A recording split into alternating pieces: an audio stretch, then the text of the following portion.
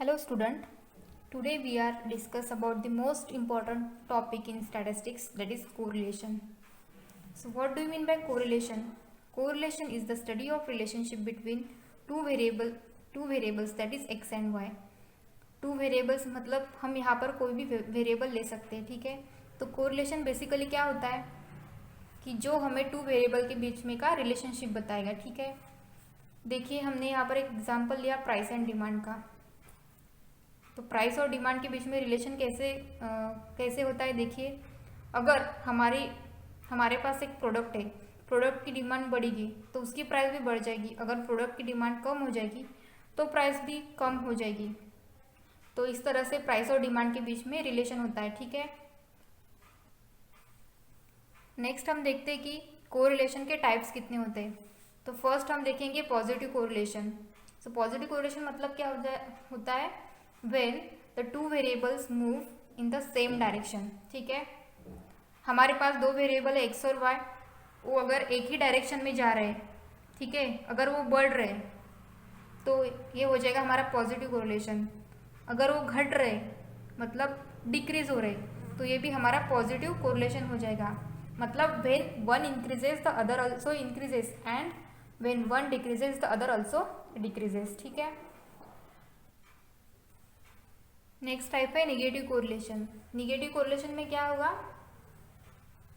When two variables change and different directions, it is called negative correlation.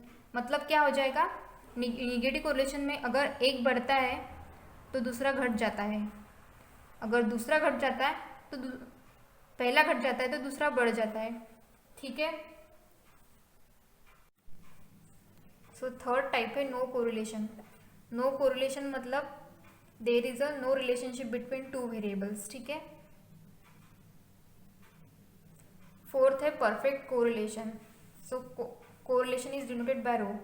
So perfect correlation में क्या होगा, रो की value जब 1 रहेगी तो हम कह सकते हैं कि यहाँ पर परफेक्ट कोरिलेशन है, ठीक है। नेक्स्ट देखिए linear correlation and non linear correlation. So first हम देखते हैं कि लीनियर कोरिलेशन क्या होता है।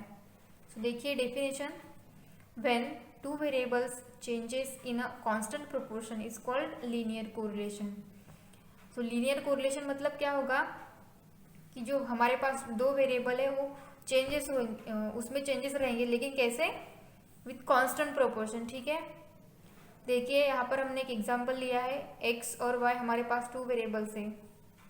यहाँ पर x का पहला वेरिएबल है 2 और y का पहला वेरिएबल 5, ठीक है। तो यहाँ पर देखिए हमारे पास सीरीज है x की 2, 4, 6। तो यहाँ पर हमारी वैल्यूज कैसे बढ़ी, 2 से बढ़ रही, और यहाँ पर सेम y में भी 2 से ही हमारी वैल्यूज बढ़ रही है। तो इसे हम कह सकते हैं कि changes in a constant proportion, ठीक है। तो ये रहेगा हमारा लीनियर कोरिलेशन। नेक्स्ट देखिए नॉन लीनियर कोरिलेशन मतलब क्या होता है। नॉन लीनियर मतलब क्या होगा, लीनियर कोरिलेशन का opposite. When two variables do not change in any constant proportion is called non linear correlation, ठीक है। यहाँ पर दो वेरिएबल के बीच में चेंजेस रहेंगे लेकिन उसमें कोई कांस्टेंट प्रोपोर्शन नहीं रहेगा, तो उसे हम कहते हैं नॉन लीनियर कोरिलेशन। देखिए यहाँ पर एग्जांपल में x का वेरिएबल है, y के वेरिएबल है।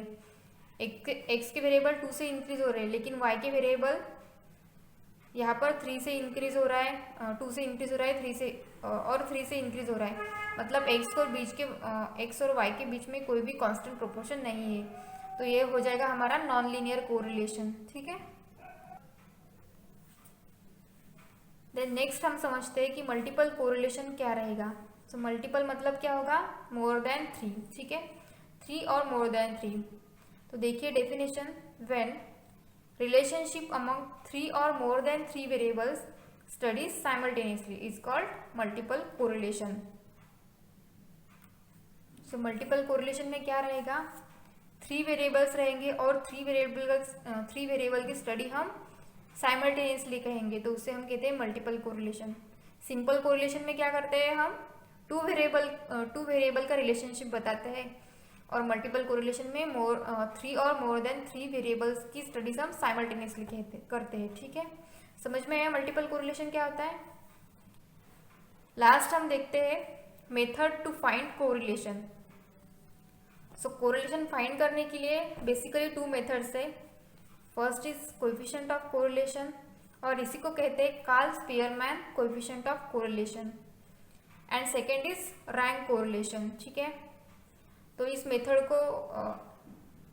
को हम अगले वीडियो में सॉल्व करेंगे कि कैसे अप्लाई करते हैं कोरिलेशन फाइंड करने के लिए कोएफिशिएंट ऑफ कोरिलेशन और रैंक कोरिलेशन। ठीक है, आज समझ में आया आपको कोरिलेशन मतलब क्या होता है, उसके टाइप्स। ठीक है, थैंक यू।